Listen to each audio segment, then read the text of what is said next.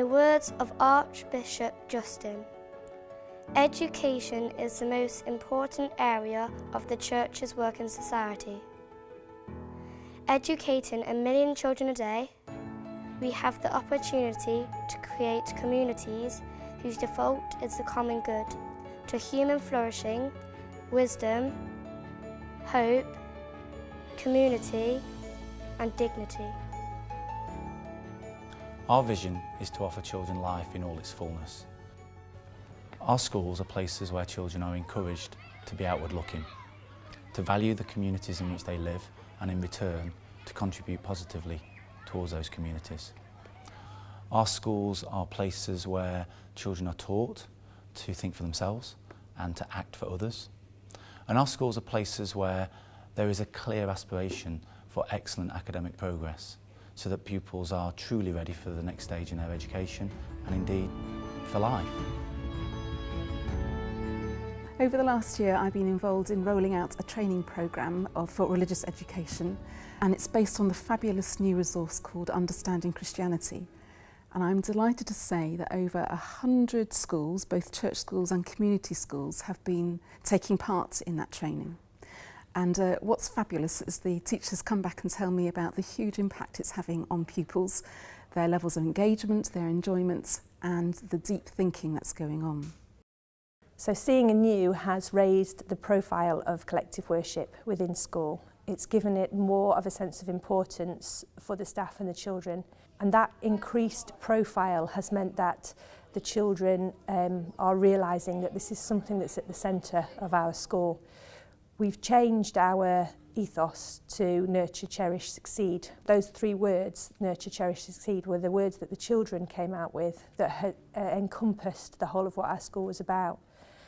I don't believe that they would have picked those 3 words previous to changing to the new system of doing things. I think it's because of the openness and the questioning and the self-reflection that we bring about in Seeing Anew that has allowed the children to recognise what's important to our school.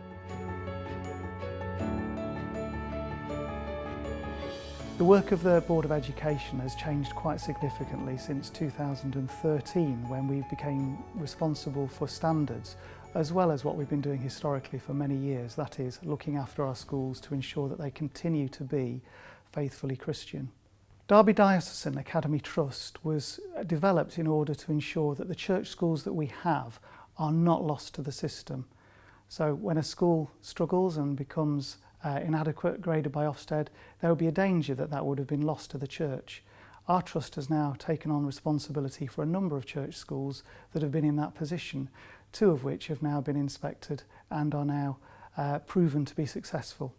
The Department for Education are currently supporting the diocese through the Derby Diocesan Academy Trust, which enables us to provide a home both for those schools that are struggling and need an academy solution, and also for those schools that are choosing to become an academy for a secure future.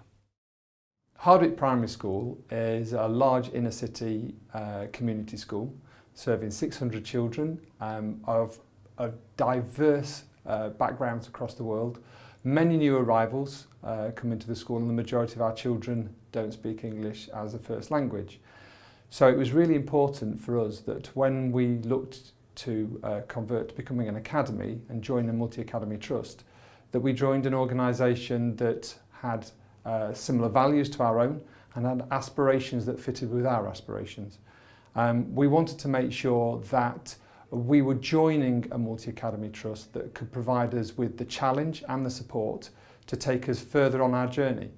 As an outstanding school, we wanted to be a school that's continually looking to improve and move forward and take on new ideas, as well as being able to contribute to an organisation in helping them move forward too.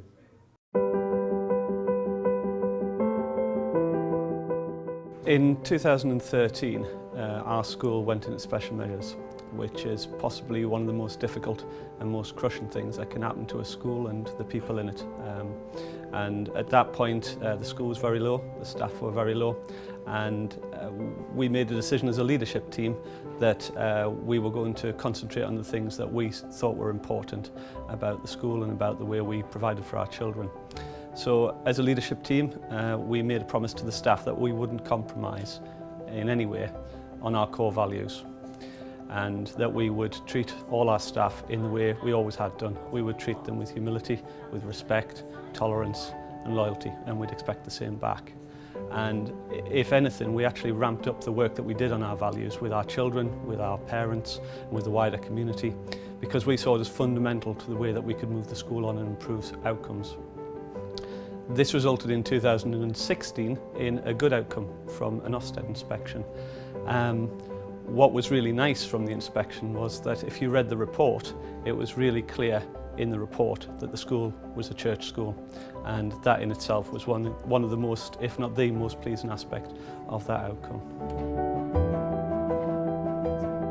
Our churches and schools really enjoy working together in partnership. We also invite the children to come into our church building. We explore what it means to be a church and to know that this is their church and they are part of the community too. The mission of the church is to offer God's grace and love into all of our community.